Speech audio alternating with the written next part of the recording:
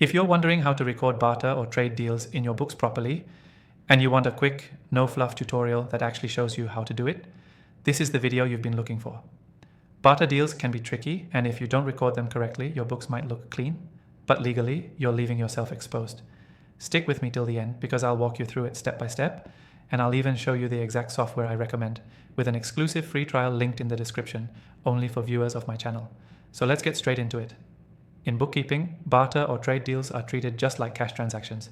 Just because no money changes hands doesn't mean there's no taxable event. If you offer your service and get something in return, say a logo design in exchange for a marketing video, you both need to record the fair market value of what you received as income and what you gave up as an expense. Let's break this down in the software we're using. First, create an invoice for the service you provided. Use the fair market value, not $0, because this is income and the IRS still considers it taxable. For example, if you made a website worth $1,000, invoice the other party for $1,000. Next, you'll want to enter a bill or expense in the same amount for the service or product you received in return. So if they gave you branding work worth $1,000, record it as an expense using the same fair value. Now here's the clever part. To clear both sides, you'll mark the invoice as paid using a barter clearing account or a contra account instead of actual cash. Same with the bill or expense. That way, everything is properly tracked without any money ever entering or leaving your bank account. If your accounting software doesn't allow this setup, I've tested the most popular ones.